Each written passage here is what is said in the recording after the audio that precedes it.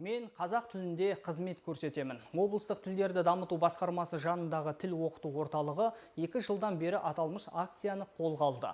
Өңір тұрғындарының арасында мемлекеттік тіл аясын кеңейту, шағын және орта бизнес өкілдері мен тұтынушы арасындағы тілдік байланысты нығайту мақсатында олар арнайы тіл ашар сөздіктерін таратып жүр. Тұрғындар арасында мемлекеттік тілдің мәртебесін көтеріп, қазақ тілінде сөйлеушілер қатарын көбейту мақсатында түрлі акция өткізіледі. Тіл оқыту орталығының ұжымы бүгін қала көшелеріне шығып, ақтөбеліктерге тілашар сөздіктерін таратты.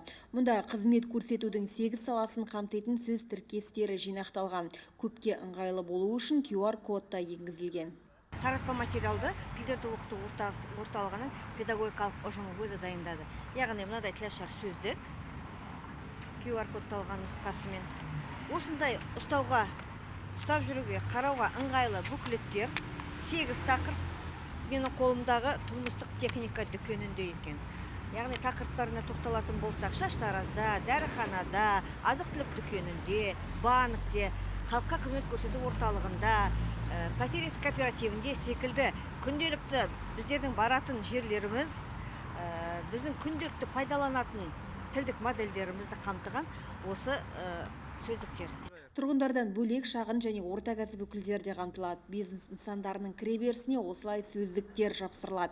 Мұның бәрі тұтынушы мен қызмет көрсетуші арасындағы тілдік кедергіні жоюға бағытталған. Қоғамдық өмірдің қай саласында болмасын, мемлекеттік тіл басымдықта болу керек.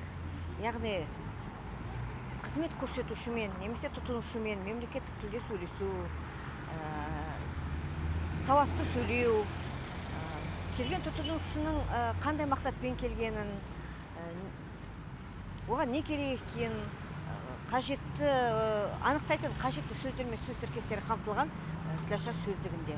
Керек дүние тұтынушыға, қызмет көрсетушіге ол керек. Әшейінде естіп жатамыз, мен сөйлер едім, не көп сөздік көп.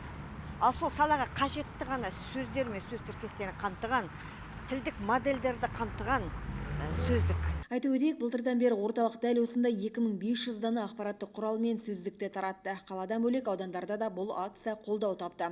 Әрі қарай да мемлекеттік тіл мәртебесін көтеру үшін игі шара жалғасады. Жансая Әбдікәрім, Азамат Сауханов, Ақтөбе телеарнасы.